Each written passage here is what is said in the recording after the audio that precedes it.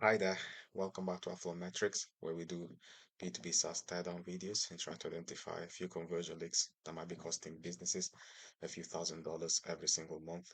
Today, we're going to be talking about Genius Monkey, which is basically a platform that allows you to do marketing a little bit more effectively and see where you can optimize your marketing ad spend. So straight away we can see that the headline is quite clear. We can see that this is about a programmatic marketing platform. Okay, and so this is quite clear. And even here they state that you'll be able to reach more people for less with a proven targeting, tracking, attribution, and optimization. So if we scroll down, you can see they've got more explanation about how it works, and they've also got a really good video that you can watch if you want more information, Ever wonder? which is good. And it would definitely give a positive impact in the prospect's mind. And then more explanations in terms of the advanced marketing technology that they use, and also the fact that they give you fully managed and driven results. Also, we can see a huge element of credibility in terms of the brands that they work with, like Papa John's and Ashley Homestore. Okay, if you scroll, you can see all the brands that they work with, which is good. And if we scroll down, we see even more partners that they've been able to that leverage to help you with um, optimizing your ads. Okay, so this is good. Uh, Even this element of credibility in terms of being ranked the number one top display advertising software. This is very strong. I guess if they actually added a link to that article, might have been more helpful in terms of credibility. But these awards also work in terms of being finalist in these two categories. Add more, more awards, more awards basically. Okay, and here they've got a really long contact form, which is why it's quite hard to say conversion.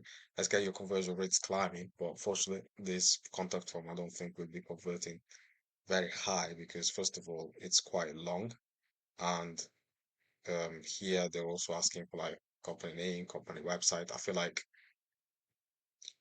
if they just ask for company website, that would probably already have the name of the company. So asking this is redundant, especially if it happens to be the same exact thing. As soon as you are asking prospects to fill out more fields that they need to do, then the conversion of the contact forms drops massively. Okay. And also, they could have added a contact form. Sorry, not a contact form, a frequently asked questions at the bottom of the page in order to remove any kind of pro objection that prospect might have in their minds. Okay. And well, I can see that they've got FAQs here, but actually having some of the questions and answers on the page without prospects having to click on them and on a link might be more helpful. Okay, because it's now given that they're actually going to go all the way to the footer to check for all this, for all the links.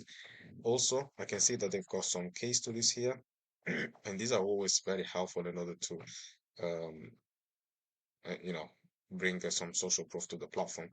But just like with the frequently asked questions, it might be helpful if they actually added a couple of them on the homepage just to demonstrate their expertise and once again to give a positive reinforcement in the prospects' minds about how they can help you with the marketing, right? Um, and we can go and check the pricing as well to see if the optimizer for the pricing and they don't really have the pricing.